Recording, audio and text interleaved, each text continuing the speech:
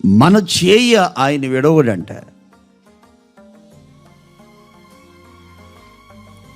కొన్ని పర్యాయాలు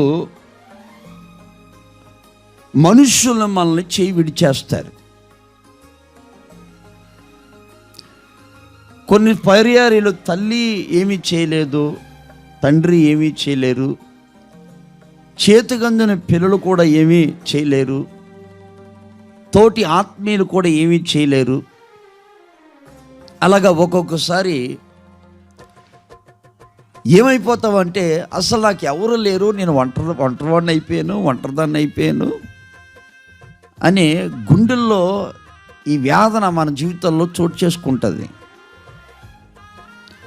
అప్పుడప్పుడు కూడా భక్తుల్లో కూడా ఇంకా నాకు ఎవరు లేరు, అందరూ చేయి వదిలేశారు అనుకున్న భక్తులు కూడా ఉన్నారు.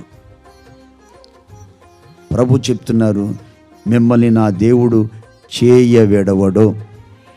మనుష్యులు చేయ విడిచిన, స్నేహితులే చేతులు విడిచిన, ఆత్మీయులే చేతులు విడిచిన, ఇరుగు పొరుగు వారి చేతులు విడిచిన, అయిన వారే చేతులు విడిచిన, లోక అధికారులే చేతులు విడిచిన, నువ్వు ఉద్యోగం కూడా నీ పైన యజమాని చేయి విడిచిన, నీ ఇంటి వాళ్ళే చేయి విడిచిన, ప్రభు చెప్తున్న మాట, నిన్ను నన్ను చేయ విడవడు.